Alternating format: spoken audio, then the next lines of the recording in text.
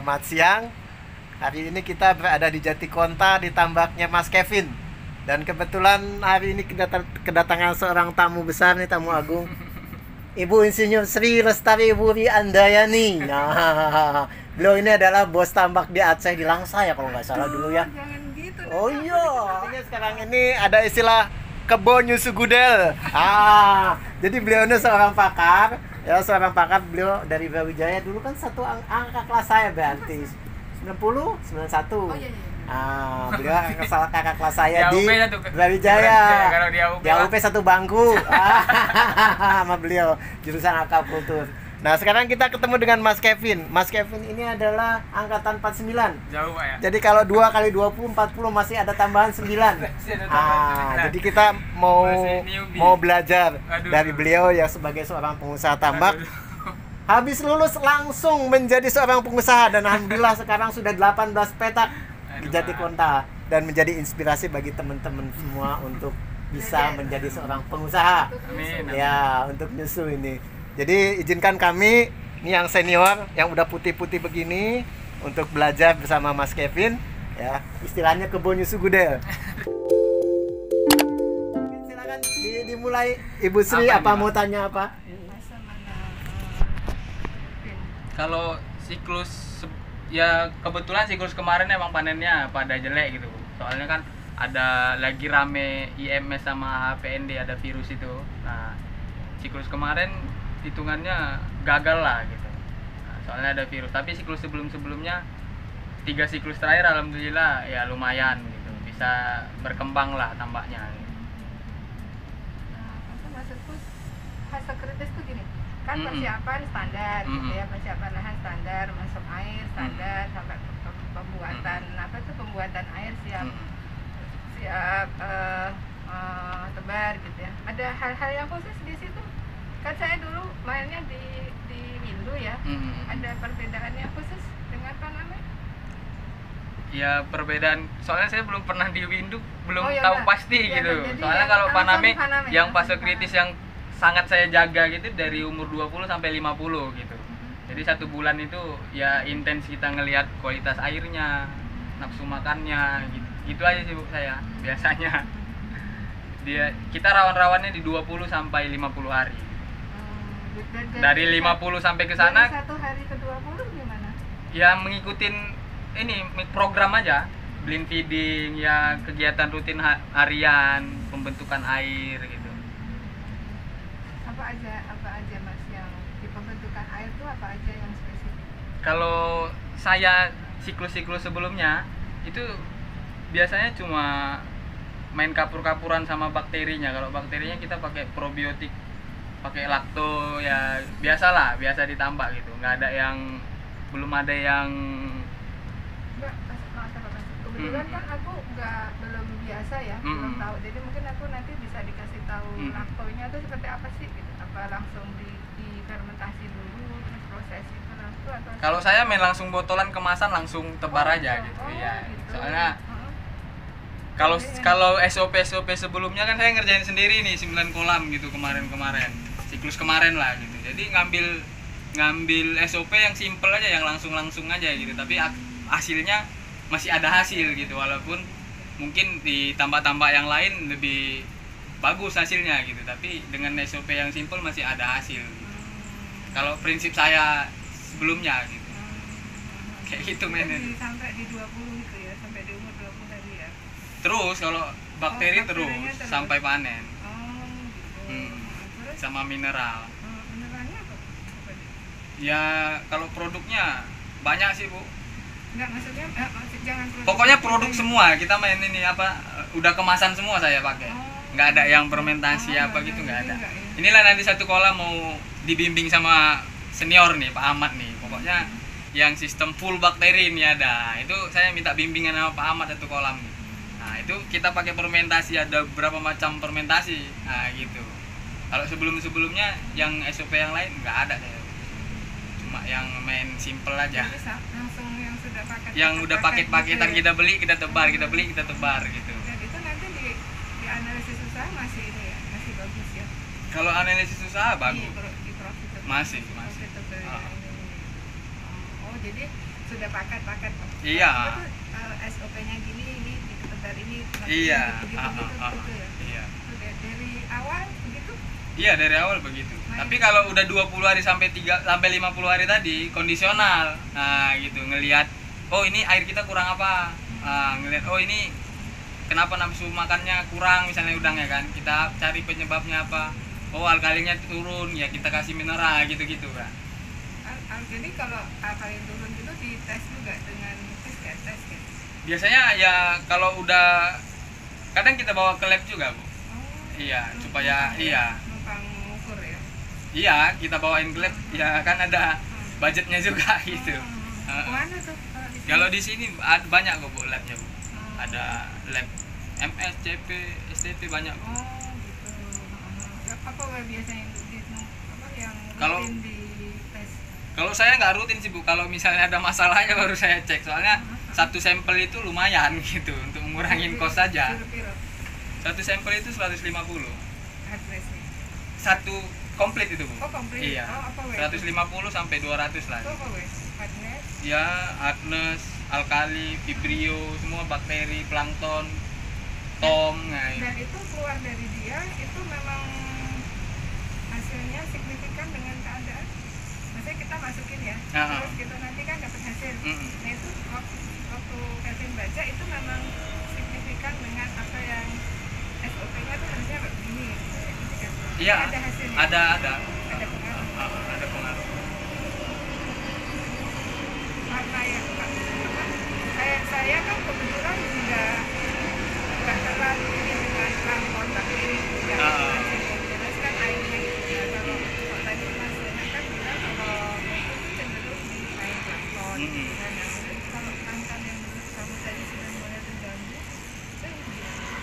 kalau saya biasanya kan mainnya ya nggak ada khusus untuk membuat plankton sih gitu Bu. Saya ngikutin sumber air gitu, mau arahnya kemana ya itu yang saya jaga gitu. Misalnya kalaupun coklat ya itu yang saya jaga gitu. Tapi nggak ada khusus untuk saya membuat plankton gitu, nggak ada.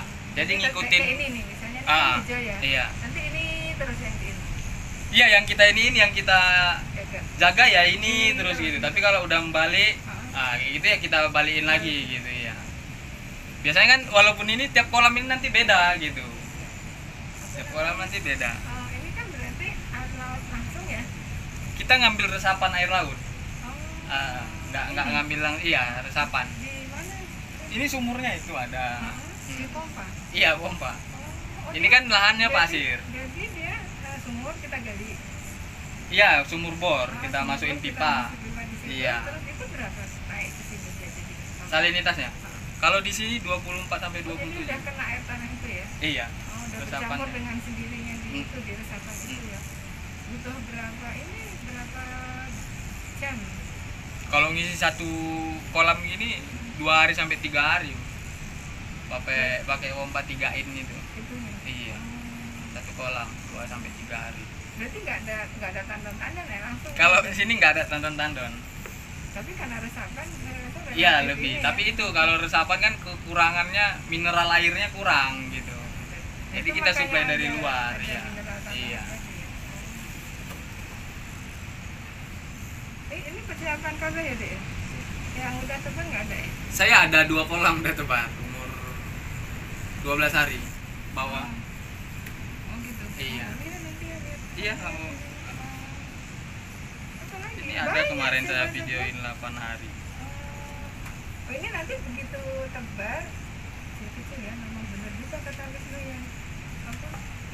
Berapa ya? Berapa? Ini 8 hari. Gimana Bu? Ini dari kolam kan? Iya kolam. Udah lari-lari ya? Umur 8 hari kemarin saya Berarti videoin. ini cerah banget ya? Ya. Iya masih tembus dasar. Kita tebar masih tembus dasar. Biasanya jadi bener airnya umur 16 hari, 15 hari. Hilang mulai pekat. Langsung kincir main ya? Langsung. Berarti ini kalau nggak salah kan 75-an nggak air? Apanya? Tingginya? Iya kalau sekarang 75. Nanti kan sejelang proses budidayanya sampai 1 meter gitu. 190 sampai 100. Dan itu yang kemudian pembuangannya, penggantian airnya tergantung dari kondisi ya? Iya tergantung Kalau nggak kondisi. perlu nggak perlu. Kalau saya penambahan air seminggu sekali hampir rutin sih. Oh, karena penguapan. Udah umur 30 hari ntar mulai ya evaporasi ya, kita sipon buang air gitu kan. Dan kita umur 30 hari mulai nyipon. Iya, buang lumpur tengah kan. Pakai itu sentral itu kita buka, kita masukin selang, kita sedot keliling. Dari situ. Iya, dari tengah itu. Udangnya, selangnya berarti ada ini, ada Selang itu. Selang ini terus ada dikasih supaya dikasih apa nak? Kayak Waring. Kain gitu. Waring. Kain Waring apa? Waring ya. Jadi supaya ininya enggak ikut Bu, udangnya enggak ngikut. Oh, enggak ikut. Enggak. Itu Dia kan pasti ngejauh dari Lari. iya, dari kita.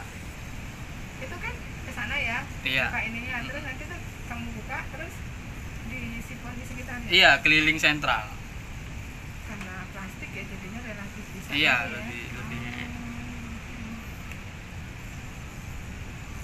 Apalagi yang banyak sebetulnya. Terus, Mungkin bisa bercerita tentang sistem yang secara mengkerucutnya boleh dikatakan pada saat siklus 1, 2, 3 kemarin itu adalah yang siklus gagal itu. sistem plankton. Iya, Pak. Nah, sistem plankton bisa diceritakan mungkin mulai density, keuntungan dan kelebihannya, terus cost produksinya, produktivitas, carrying capacity itu penting mungkin untuk disampaikan. Oh, iya, Pak. Oke. Boleh, Pak. Jadi kalau yang 3 siklus kebelakangan ya bisa dibilang keseimbangan plankton gitu, Pak. Iya. Tapi kalau Bapak nanya gimana ukur keseimbangannya, saya juga belum expert gitu, Pak. Jadi untuk mengukur persisnya keseimbangan, gimana sih keseimbangan plankton itu saya juga kurang paham gitu. Tapi kalau sejauh ini yang saya jaga itu kan kita tetap masukin bakteri, kapur-kapuran kan pasti membentukkan plankton gitu, Pak. Baik itu Mg-nya, Ca-nya semuanya kan pasti membentuk plankton. Nah, itu sistem yang selama ini saya pakai gitu. Terus untuk kos budidayanya ya per 1000 yang per kolam itu 1300 saya tebar biasanya 100.000 ekor gitu. Jadi di density 80 sampai 90 di satu kolam gitu. Ini 1000 Ibarat ya ini 1000. Nah, jadi kalau satu kolam 100.000 itu siklus kemarin itu bisa panen 1,9 sampai 2,4 ton gitu. Tebar 100.000. Untuk biaya produksinya 1 kilo udang itu biaya kos produksinya itu 37.000 untuk 1 kilogram udangnya gitu. dengan sistem itu tadi. Iya, dengan sistem itu tadi, Bu. Terus untuk saprotam apapun probiotik apanya itu 1.400 per kilonya. Per kilo udang itu habisnya untuk saprotannya 1.400 kalau yang kemarin-kemarin. Udah termasuk 37 tadi. Iya, udah termasuk 37. Kalau kita kerucutkan dengan itu yang kebutuhannya ya 1.400 hitungannya. Terus keuntungan bersih ya, keuntungan bersih satu kolam itu bisa kalau yang panen 1,9 sampai 2,4 itu bisa 70 sampai 110 keuntungan bersih kita gitu. Panen di 4 bulan diukur. Panen di 3 bulan bisa biasa 100 hari kita. Oh, gitu. 94 sampai 105 hari. Berapa ekor per kilanya? Harganya? Enggak, ukuran ekor per kilo. Oh, itu kalau itu size kepala 4 biasanya 41. Iya. 3 bulan. Iya, 3 bulan. Itu segitu. Iya, 3 bulan, 90 hari. Berarti 25 ekor kan ya? 1 25 kilonya gram. 4, iya 25 gram. ya? Iya. 1 kilonya 40 Itu ekor. samplingnya segala macam tetap sama 1 minggu sekali. 1 minggu sekali tetap 1 minggu. Berapa kali? Berapa Pokoknya kali? mulai 30, biasanya saya mulai 35 hari baru sampling, iya. Karena kalau kecil diperkirakan dari anjing. Iya, dari Anco aja. 35 hari baru sampling. Apa namanya? Samplingnya berapa 1.000 ini berapa kali?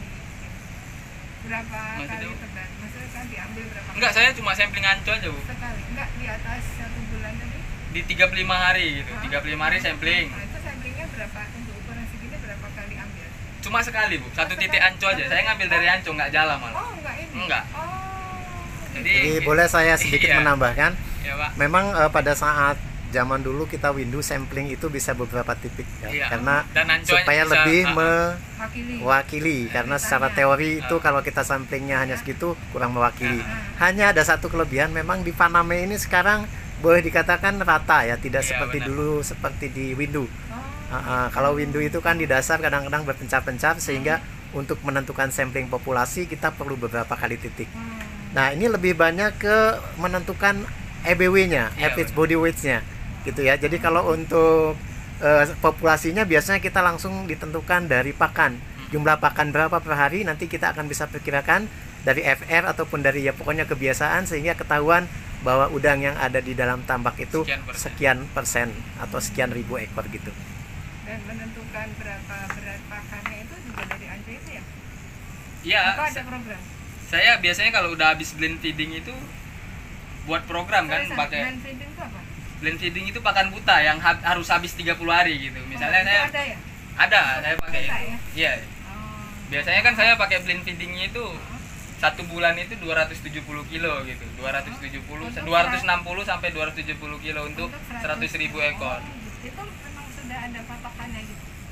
Ada artinya kalau di kampus sih ada Bu gitu. Bukan, maksud saya Kevin ngambil 260 kilo ya. 260. Itu untuk 1 bulan untuk 100.000 kan. Iya. Nah, 260 kilo itu waktu kamu nentuin 260 itu ada referensi atau gimana? Atau karena pengalaman atau kalau itu pengalaman senior aja sih Bu. Iya. Dan feeding karena ada informasi dari para teknisi yang ada ya istilahnya itu segitu, dan itu memang sangat mewakili. Iya, sangat mewakili. Biasanya saya di 260 itu untuk sampling pertama itu harus 3 gram gitu misalnya Bu.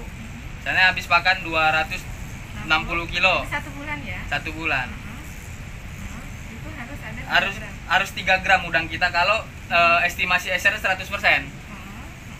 Misalnya, dari situ saya biasanya dari situ ngambil estimasi SR untuk dari 30 hari sampai berikutnya gitu. Jadi misalnya kalau udangnya 3,5 gram gitu kan, berarti kan pakan yang kita masukin 260 untuk 3 gram untuk menjadikan udang 3 gram per ekor. Tapi udang yang jadi 3,5 berarti kan SR-nya kurang dari 100.000 gitu. Saya estimasinya biasanya seperti itu. Karena ada kelebihan di bawah. Iya, kelebihan. Berarti kan kehidupan di gimana? Cuma estimasi aja, naiknya sekian, berarti paling enggak 85% gitu. Biasanya saya cuma kebiasaan gitu aja, Bu. Udah di luar kepala. Iya, udah gitu aja. Dan biasanya itu tepat sih, Bu, gitu. Ya, karena udah berapa tahun.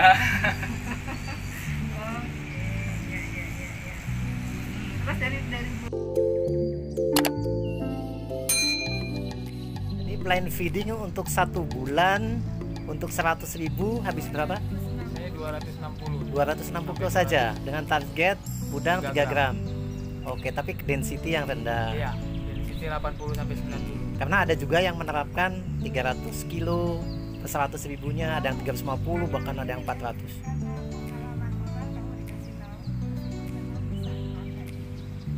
Ya waktu saya belajar itu begitu, waktu saya ikut di PKL itu. Iya. Iya, benar.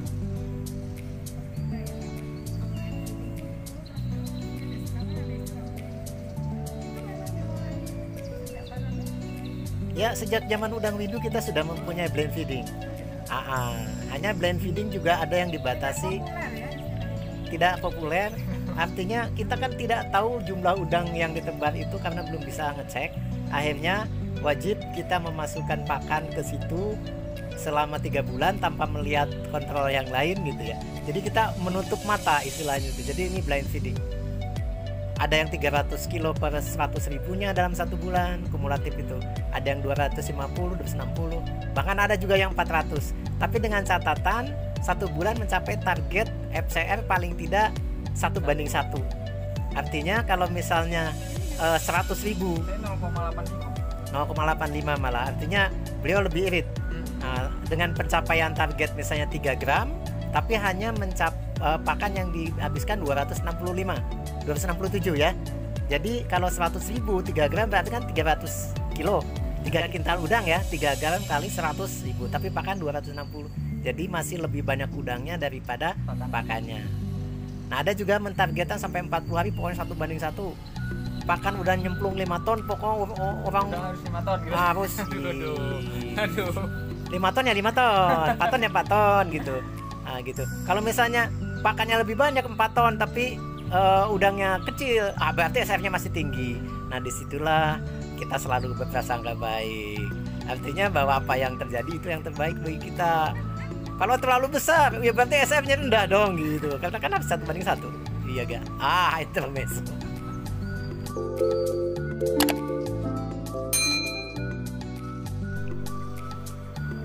Demikian tadi sekilas bincang-bincang sebagai pembukaan antara Ibu Sri Lestari Wuri Andayani dengan Mas Kevin, seorang pengusaha muda. Kebun Nyusu Gudel ini sangat bermanfaat, saya yakin, karena Mas Kevin akan mengupas tuntas mulai dari teknis, non teknis, mulai dari masalah air, benur, pakan, listrik, genset, solar, HDPE, mulsa, dan sebagainya. Pastikan like, subscribe, dan kalau memang video ini merasa bermanfaat, silahkan di-share. Sampai jumpa di video berikutnya. Terima kasih. Wassalamualaikum warahmatullahi wabarakatuh. Salam sukses.